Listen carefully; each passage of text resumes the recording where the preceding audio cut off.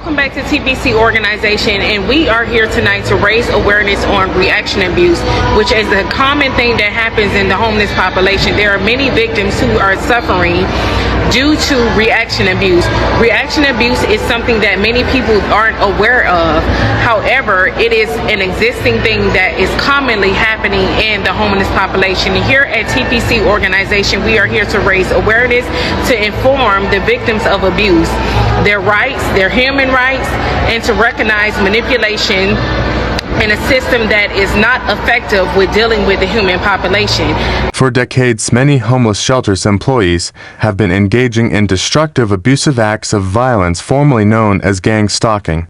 Gang stalking is a strategy shelter employees use to psychologically harass the target to coerce their targeted victim's silence.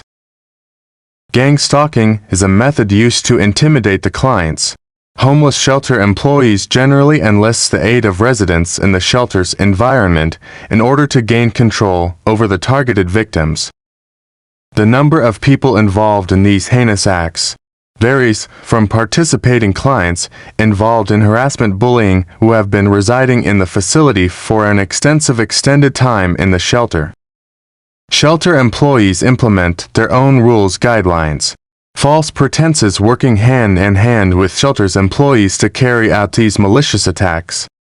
These malicious attacks on victims are intended to ruin the targeted victims' reputations, which includes providing false information about the victim, which includes gossiping, slandering, defaming the victim's character by providing false information or exaggerated half-truths implemented by shelter employees as well as participating residents.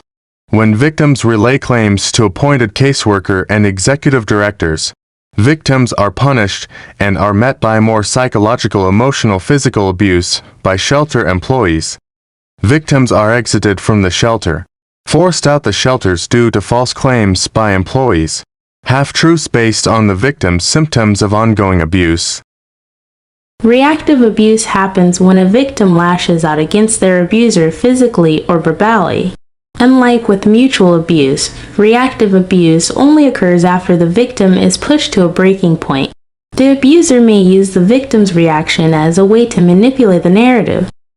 Shelter employees further damaging victims of domestic violence, as well as clients experiencing homelessness. In many cases, clients are met by law enforcement due to false allegations. Raise awareness.